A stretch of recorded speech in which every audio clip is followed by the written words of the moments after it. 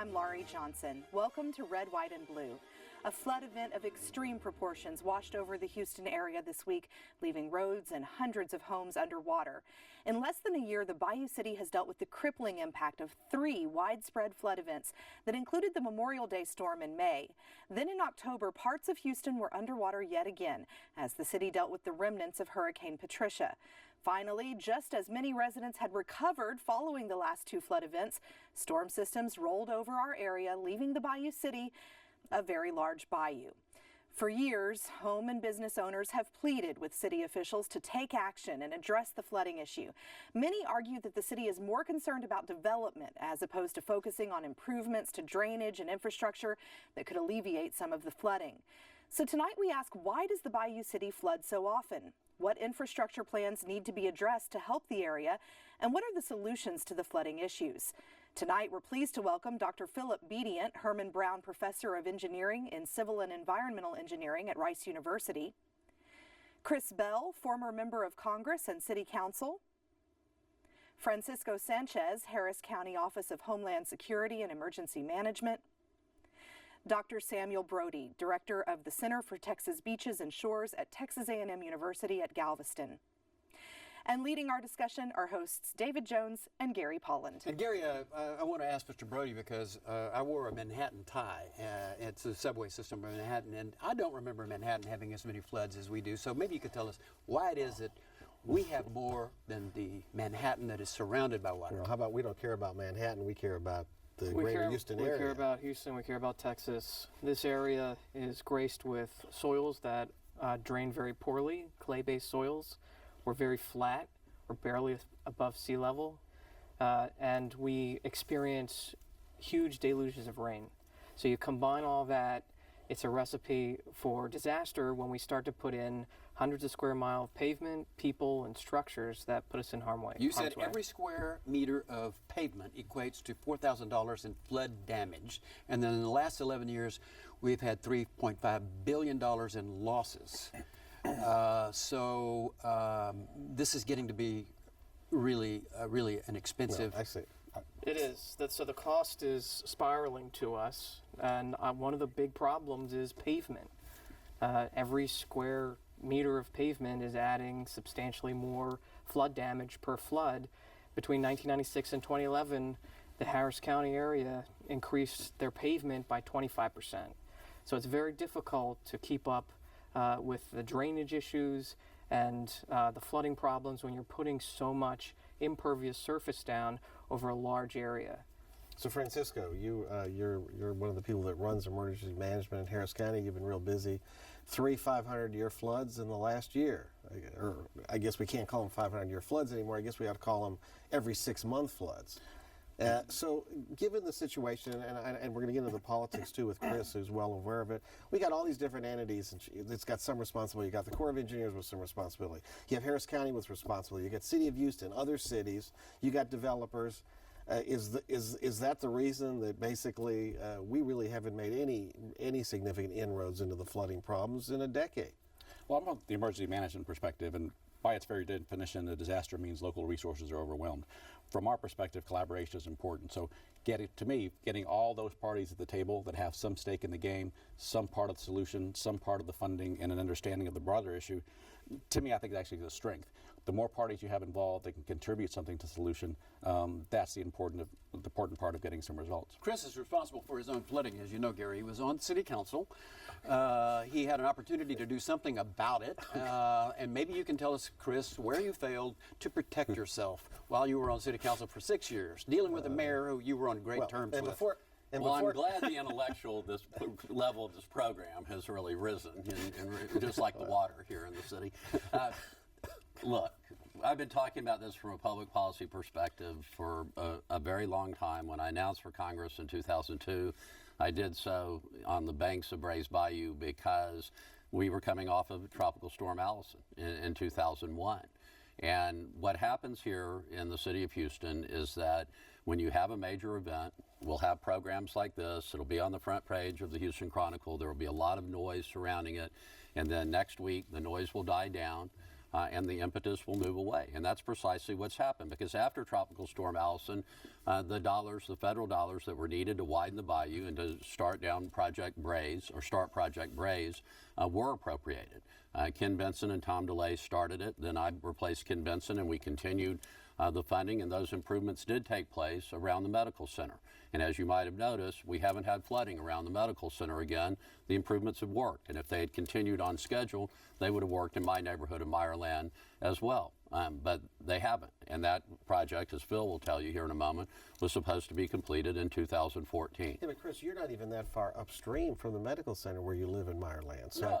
so Well, you know, a lot of people live and work in the medical center live in Meyerland because of its convenience, and it was supposed to, but the money was not going to be appropriated in a lump sum. It was going to have to be on an ongoing basis. And the further we got away from the event, people tend to forget, and it doesn't continue to be a priority. Hopefully now that we've had two major events in less than a year, people wake up and see that this has to be the highest priority. The city has to push for it. The county has to push for it.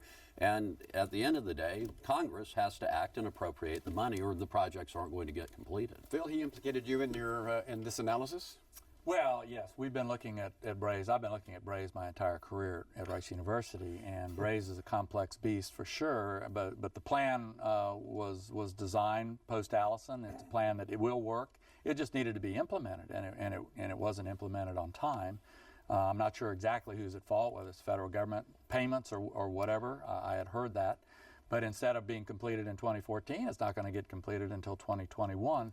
And the folks that live in Meyerland, in and around the Meyerland area, with 1,000 homes flooded last time, and now, as I understand it, a couple of hundred homes this time, they're basically sitting ducks, and it's going to happen even again, probably. well, if we're having 500-year floods in a year. Where are so you that getting your means, statistics, sir? well, I heard someone on the TV news said it was a 500-year event. You disagree which with that? obviously It's about, I've heard it's closer to a 200-year. That's official from... Okay, so 200, no, 500. From NOAA, It yeah. might quibble. Still a big event. But what I was going to ask you was this. So based on the present political situation, you said the plans for Braze Bayou that would be effective won't be done until 2022, which means we have the opportunity to look forward to about 18 to 20 more flooding events if trends continue.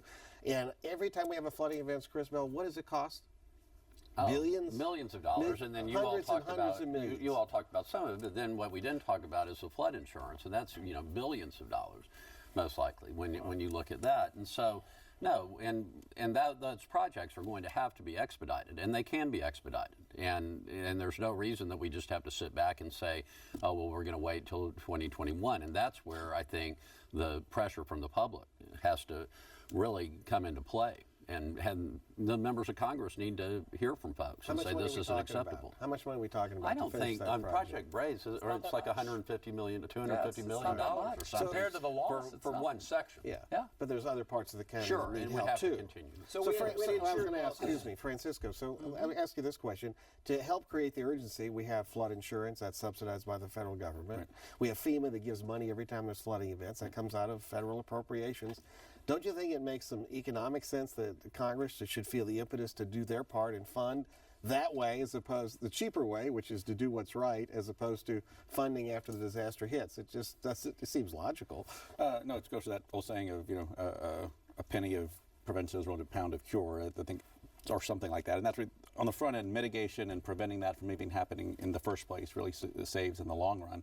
Part of it is understanding what specific risks and threats we have in this Harris County region, and flooding is one of those, and putting resources of that are commensurate to that risk to mitigate it. What can people do besides, obviously, encourage their public elected officials to go forward with these projects expeditiously to trying to minimize the chances of them having a catastrophic flood event like Chris has suffered again? Unfortunately, those projects need to be finished. Part of that is part of the whole funding cycle. And I think, while I'm not an expert in terms of how that process works, what I've understand, what you've seen in federal government for the past few years is those have to be allocated piecemeal. While a certain project may be, just for easy math, $100 million. Let's say this year it's a $15 million chunk of work. That money has to be appropriated and flow down. I think our partners at the federal government have made it pretty clear that, yes, you'll get it this time around, but that's just sort of given year by year. And quite frankly, part of it depends on when does Congress pass a budget? When does it actually approve that budget? and when can those monies start flowing down. Those local plans are in place, and from what I understand it from Flood Control, the Army Corps of Engineers, those plans are written, they're ready to go, they've been designed, and they just need to be implemented. I think it's fair to say, Francisco, from what we saw with the vote in the city of Houston for a drainage fee, a drainage and infrastructure fee, and we're not debating whether that's been used right or not, but the impetus for the public to support that was they were interested in better drainage and better infrastructure and voted to tax themselves additional money for that. So what does that tell us about the attitude maybe in the county? Chris is laughing. Maybe we ought to be doing more. Maybe we ought to be doing more in the county. And we have there's a flood fee I think we pay on our property taxes. Maybe the people in the county should be consulted as to whether they think the county ought to invest the $150 million to finish Brays Bayou and whatever millions they need in the northern part of the county, which is a disaster area too. And maybe the people actually say, yes, spend the money, it's okay, because we're tired of the flooding. And as pointed out by Chris and others, is that it will end up saving money in the long run. I mean, because when Chris Bell's house floods, it's not just the cost of repair, it's the dislocation, the disruption, everything. Gary, that's kind of a fascinating thing too, because, and why I was smiling is that, and I was telling Phil before we came on, the Rebuild Houston project was finished in our neighborhood a month before the Memorial Day flood. You've never seen pipes the size that went in underground. And so, but what's interesting is I've been told that project was to be done in conjunction with the widening of the bayou. So you take water to the bayou 100 times faster, but it has absolutely no place to go. So where do you think it goes? Up. Back into the neighborhood. And that's precisely when you talk about who should be involved. That's really why you need to have all these multiple partners at the stakeholder. You look at 1,777 square miles in Harris County, 34 cities. The unincorporated part of Harris County alone would be the 5th largest city in the country. Municipal utility districts, all kinds of infrastructure going on there. That's why all those partners really need to be at the table, a part of this planning process, taking responsibility for their part of it, making sure it's carried through, and understand the greater scheme of things, because one hiccup in the entire system can affect the rest of it. Residents Against Flooding has organized. A woman named Neely wrote a piece saying, it is not Mother Nature, it is you, City Council, as the problem. Saying that real estate developers use loopholes to get around all kinds of restrictions on detention ponds, the grandfathered end, that the Memorial City TERS 17, for instance, has had a contract where they were going to do certain things. The city has neglected it over and over. She says the city has just abandoned the efforts to mitigate these. I think it's not productive to create blame. Right? These are regional problems involving multiple levels of government, all the way down to the individual homeowner who also bears responsibility. It worries me that we look at project by project, fix this pipe, widen this bayou. These are regional problems. If we don't think regionally, we're going to come up with the wrong answer. So we got to get College Station involved? What do you say? Watersheds. We got to think about watersheds. We got to think about the hydrological systems, and as you're saying, we need to have all the parties at the table collaborating from the federal level all the way down to the homeowners, who are the ones that accept the risk and take the burden. Another a minor issue that could go a long way: drainage maintenance. It's not sexy, but it could be the unsung hero of flood mitigation. I drive around during dry times, flood-ravaged areas, and they have storm drains, but those storm drains are filled with leaves and trash, and someone needs to have the responsibility to go out there with a broom and sweep those things out, because that is one of the major triggers of flooding and ponding is inappropriate drainage maintenance. Who's responsible for that? Homeowners associations, homeowners. So it's not one entity, one decision-making, one project that is the solution. It's all these things together. Okay. You're not going to get me out pushing the broom to get rid of all of the leaves. We do that in our neighborhood. There are some other issues. There are some other issues that should be brought up, and that is there are communities, regional communities in our area, that have actually done this in a much better way than it's being done in Harris County. Fort Bend County, for example, I live in Sugar Land.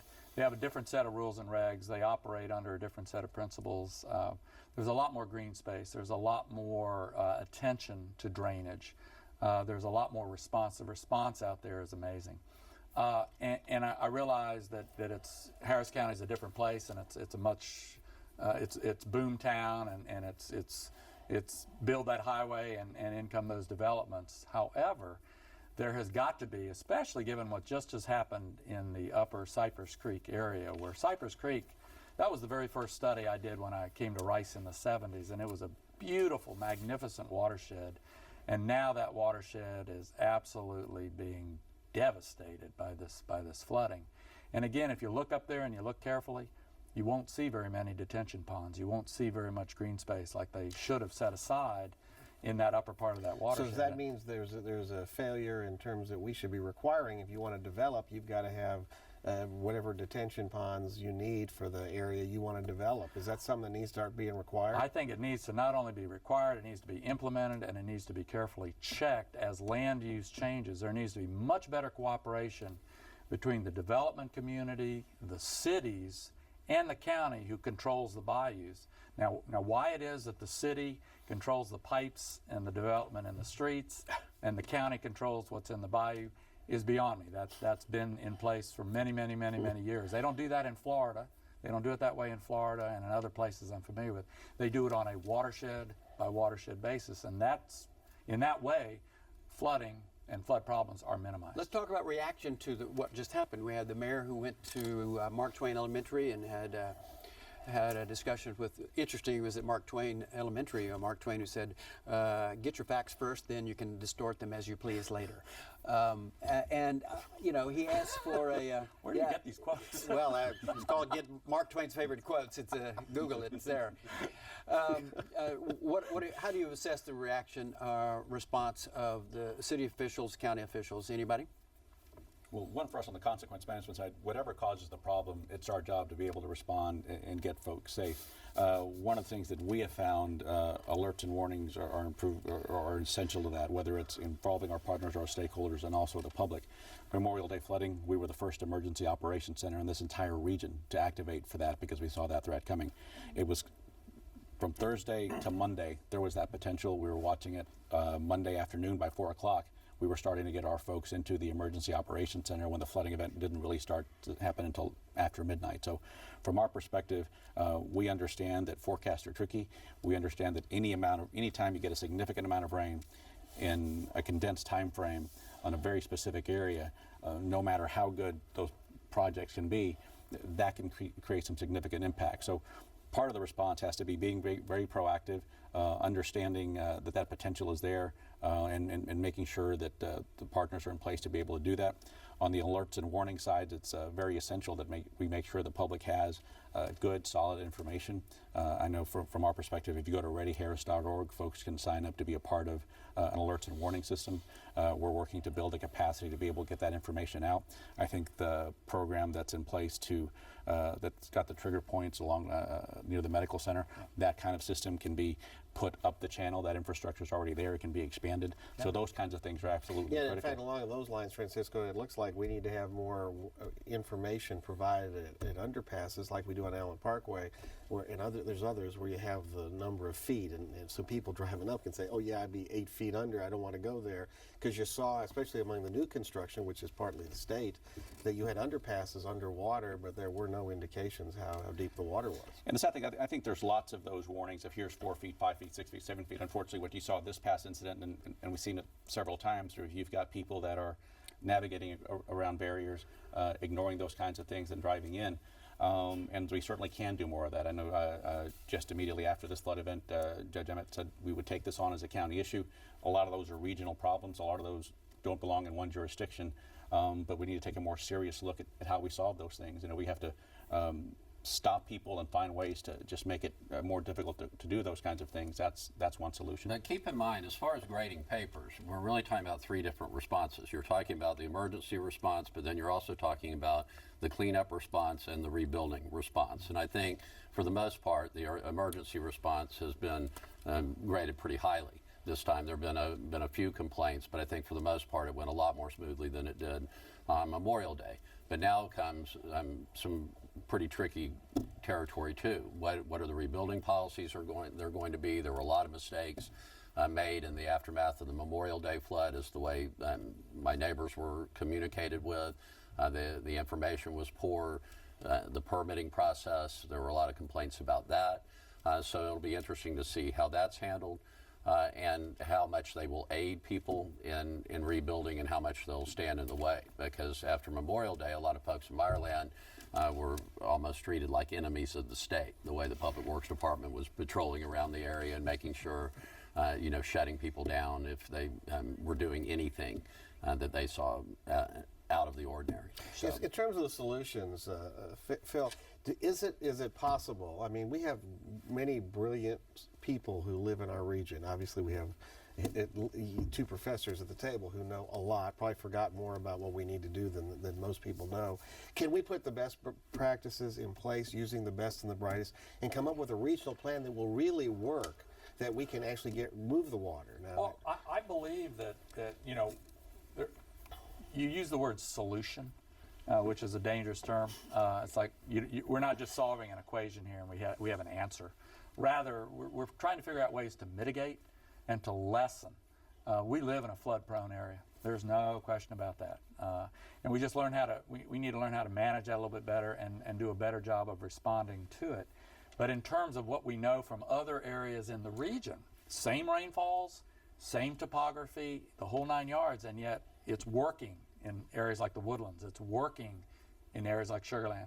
So in new areas that are undergrowth, that are being expanded in Harris County, those lessons need to be carried forth there. And there probably needs to be some retrofitting in areas that are flooding over and over and over again. Perhaps that's a buyout. Perhaps that's time to go in, buy those houses out, move those people to higher ground, and put a detention pond in its place. So, Mr. Brody, I talked to you earlier about this, and I told you my bias was that this is all about the deal crowd in Houston, Texas. I mean, the pavement that you complain about is related to the deal crowd. Developer, engineer, architect, lawyer influenced policies that run city council and city government. Do you disagree with me that that's why we have the pavement that you complain about? One of the problems is the incentives are misaligned. The developer has no incentive to build flood-proof homes or homes that are elevated because they're not the ones that are going to live in the house. It's the homeowner that is accepting the risk and bearing the burden to the tune of hundreds of millions of dollars every time we flood for our different policies. And I don't think anyone's going to disagree that we shouldn't do a better job at providing people with better information. But it's not just warnings during the time of the flood. It's conveying the risk to people who are buying homes. If they're in the floodplain, we did a survey last year, a research survey, and 40% of the population we studied had no idea whether they were inside the floodplain or out. And that is a trigger for risk and loss. Sounds like somebody should have been sued. But Gary, to your point, I think that's the frustration on the part of a lot of people, that you see other flood-prone areas in other parts of the country that don't flood because they have come up with engineering solutions. And I think a lot of people believe that there's an engineering solution here if we're willing to put the money behind it and find it and push for it. And I think the other frustration is you say areas that flood repeatedly. Well, you look at Meyerland, now it's flooded repeatedly in less than a year, but a lot of those homes hadn't seen a drop of water in over 50 years. They took in 3 feet of water on Memorial Day after the Rebuild Houston project was completed. So they have some pretty serious questions. So Francisco, is then the answer, because the county has a lot of responsibility on unincorporated areas. You just said it would be one of the largest cities in America. Does the county need to put land use restrictions in place to ensure that developers have to build retention ponds like the professors have talked about in order to keep this water from going God knows where? I'm not an expert on sort of the permitting process in Harris County. That would put Francisco out of business. Phil says that there are Harris County regulations on such things that are much weaker than what Fort Bend has. Is that right? Absolutely, that's right. In other words, you go to Fort Bend, the size of the detention pond, the amount you're allowed to store, et cetera, is totally different than what you have in Harris County. I actually had another question. We're almost out of time. But I wondered about this. We had over 1 billion gallons of water dumped on our watershed. We have water shortages in Texas. We have water shortages in California. Is there an economical way to capture the water and send it in a pipeline to California and make money on it? Everybody always raises that issue, and the answer is no. Okay, well, there you go. Well, that's right. So people wonder. They're thinking. Just don't ask that question. And how do we avoid having? How do we avoid have a show like this and never even mention the term global warming? It Well, just how never about came help? up. It's irrelevant. How about help, Francisco? Where can people go if they need help? Weird weather. We talk about how do we prevent these things. The reality is we just coming off one of the most historic floods Harris County's seen, Northwest Harris County, parts of North Houston. The recovery process while we wait on the FEMA declaration is we're pretty good at local folks taking care of local folks. For right now, for the people that were affected, no matter how this happened, if folks dial They should call 211. you 211. and we Ask will- for Francisco. He has all the answers. Well, what a great panel. Thank you so much, and very timely, Lori. Thank you. Don't forget, every week following Red, White, and Blue, you can continue the conversation online with Houston Public Media's digital series Political Perspectives, featuring Jay Iyer and Brandon Rottinghouse. Starting at 8 p.m., log on to houstonpublicmedia.org/perspectives. And remember, you can catch Red, White, and Blue every Friday at 7:30 p.m. here on TV8, and again Saturdays at 6:30 p.m. We also invite you to visit us online and send us your comments. We want to hear what you have to say about the issues that affect Houston. You can submit your comments at houstonpublicmedia.org or on Facebook, and don't forget to like us. Thanks so much for watching. Good night.